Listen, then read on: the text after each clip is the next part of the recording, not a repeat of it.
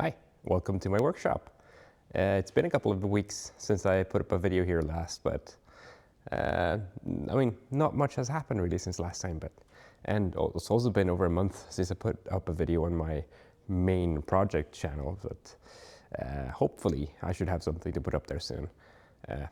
I'm thinking about making a kind of a workshop tour and channel update just to have something. And I have several projects queued, but it's been slow on the woodworking front for me. Been having trouble finding time and motivation to do any woodworking, but let's see what we're doing. Over the past few days, I have been spring cleaning the barn a bit.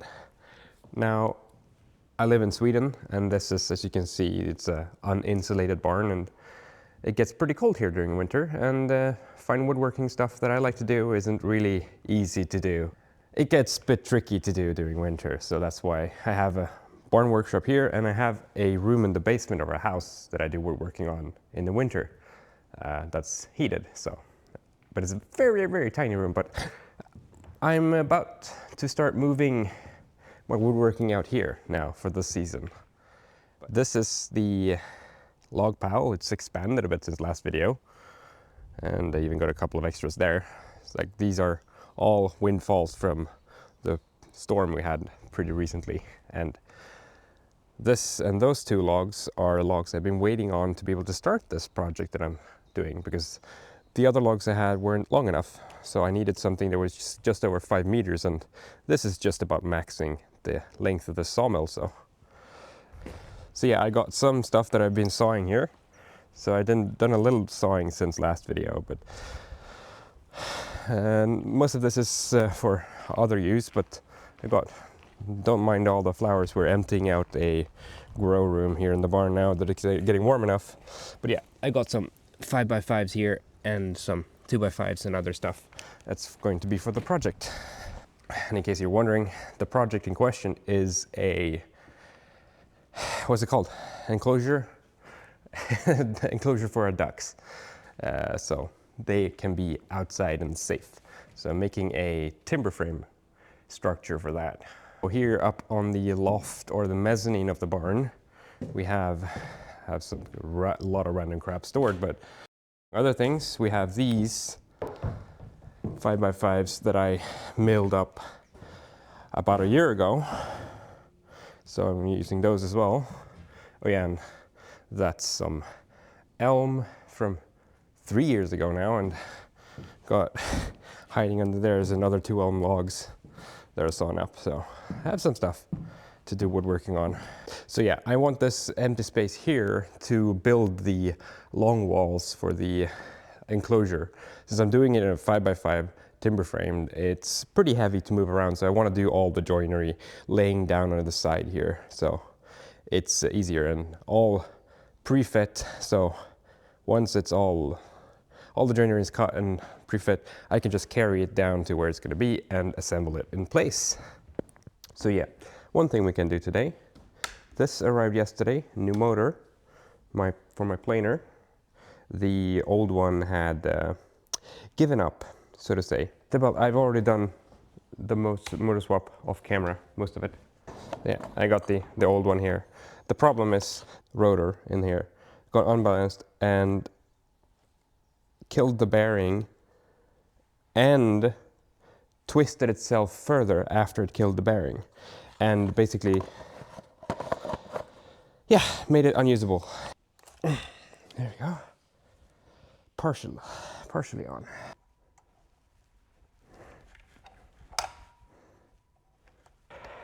Just doesn't wanna.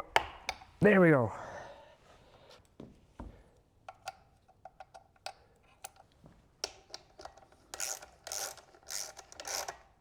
Okay.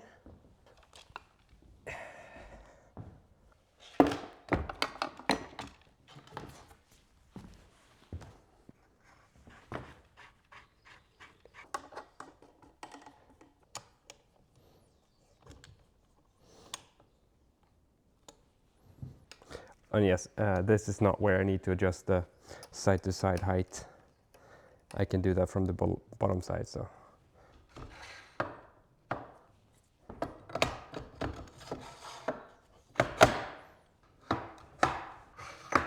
And quick tip, if you have one of these, don't try to slide it down across all four as well as the lead screws at the same time.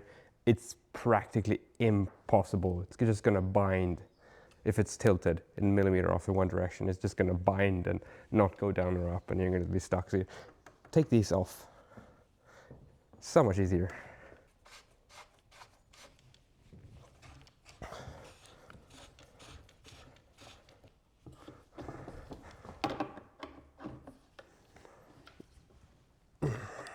Attached. Now, I got this flipped on its side now, and you can see how these lead screws are linked to each other with a bar at the bottom and some cogs here. But this one is spring-loaded, so you can push this one off and basically only move one of the lead screws. I'm going to get it roughly equal now. This side is about half a centimeter or a quarter inch lower. So this side needs to be lowered. So we'll do this, and we go the wrong way. So that's close enough for now. We can just fine adjust it once we start cutting. But for that, I'm just going to assemble the rest of this.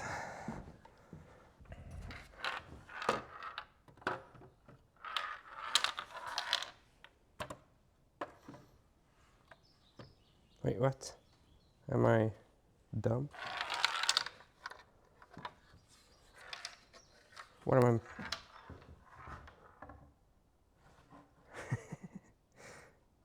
Right, no, okay. For some reason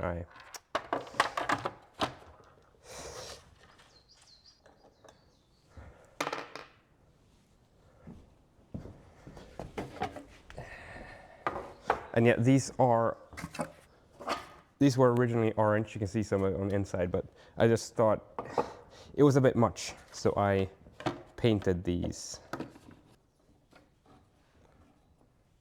Wait, am I missing? Do I need to put these on first? Yeah. Of course. These go in here too. I thought it was a bit odd.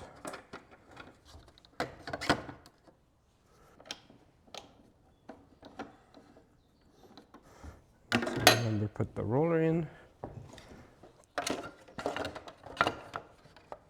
There we go.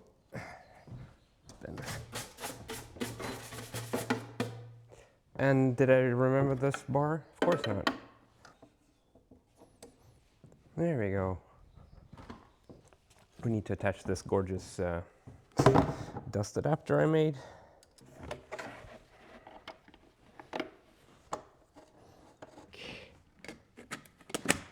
There we go.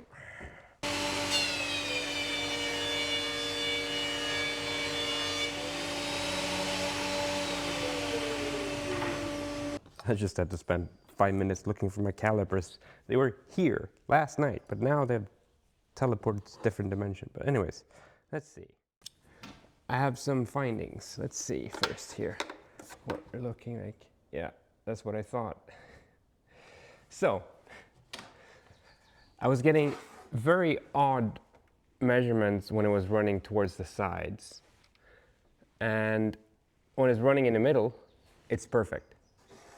Because the last pass I did now was running the board in the middle, and there's zero deviation side to side. They're the same thickness.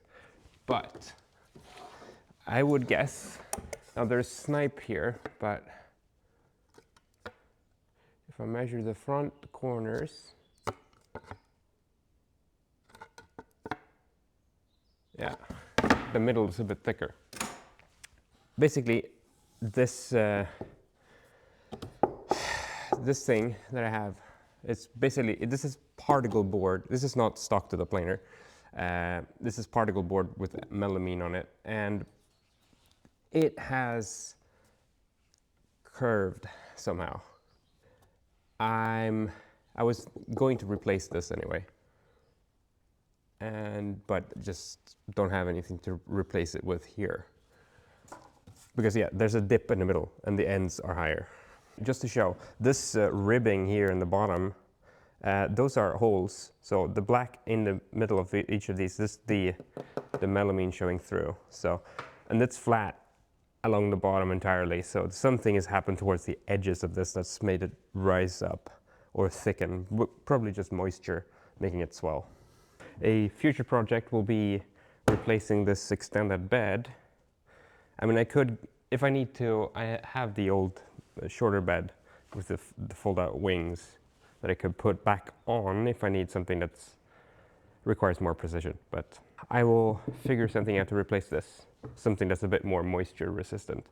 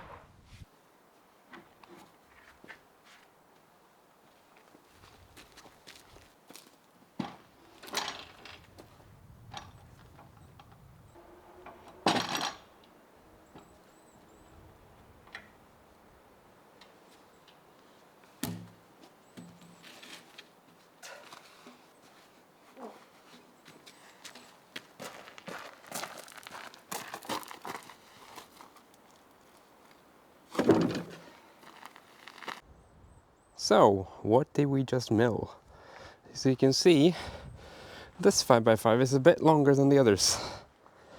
Yeah, but this is about 5.3 or 5.4 meters. The others are between 3.6 and 4 meters long. But the thing is, the long side of this enclosure that I'm building is about 5.2 meters external dimension, so it needs, I wanted to do a full length piece. So these are like the last pieces that I need. And yes, I did have to take off some thinner pieces there because I didn't want these ones that I took off first on the outside, I didn't want them to be too thick. Because I'm using these as a way to fasten the netting on the outside, I guess. It'll be more obvious once we start assembling, but yeah. So I got 2 of these thinner ones, so whatever dimension they are, about 1/2 inch. But I have uses for that dimension too, just not in full length. So you've seen me using this winch here, and this is basically just a boat trailer winch that I bought from Swedish Harbor Freight, and it's connected to the line that goes to the actual mill unit here. There's supposed to be a motor here, but I've taken that off because it's broken. I can show you in a bit. Also need to refill chain oil. It's about done. Another interesting thing with this saw, the chain oil pump is basically only half here anymore. So that's I need to contact Logosol support to see what pieces or parts I need to order, because the parts they have listed on the site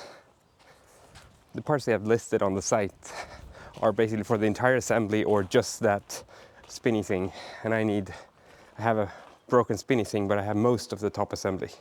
So yeah, this is the motor that usually is mounted to the saw, pulling it forward. So the problem with this is it's a brushed motor, but the brushes had worn out. This is the piece of plastic that holds the brushes, and I removed the brush here and basically it started pulverizing, and now there's no way to mount the brushes, and I don't think I can buy this piece separately without buying an entire motor, and it's very expensive. It's about 560 euros or something like that to buy the motor. I don't think Logosol stocks them at all, so I can buy them. The company that made this was bought by Ankarsrum, so I can buy it from Ankarsrum new today, the same motor, even though this is 30 years old. But yes, I might see if I can model this in CAD and 3D print a replacement. I mean, it doesn't have to follow exactly this geometry as long as I get the crucial parts, like the 2 brush holders and the mounting points. Apart from that, as long as it doesn't interfere with anything, I can. But yes, maybe I can figure out to 3D print that. So anyways, I think that about does it for this video. Got some stuff done anyways. When I started out making this video yesterday, I thought it was just going to be a 2-minute update, being sorry that I haven't made any videos in a few weeks, but we got some things done, fixed the planer, milled a log, or finished milling a log. But yeah, that's about it for this time. So I will see you guys in the next one, and hopefully I should have some kind of a shop tour channel update for my main channel too, made after this weekend. So see you guys.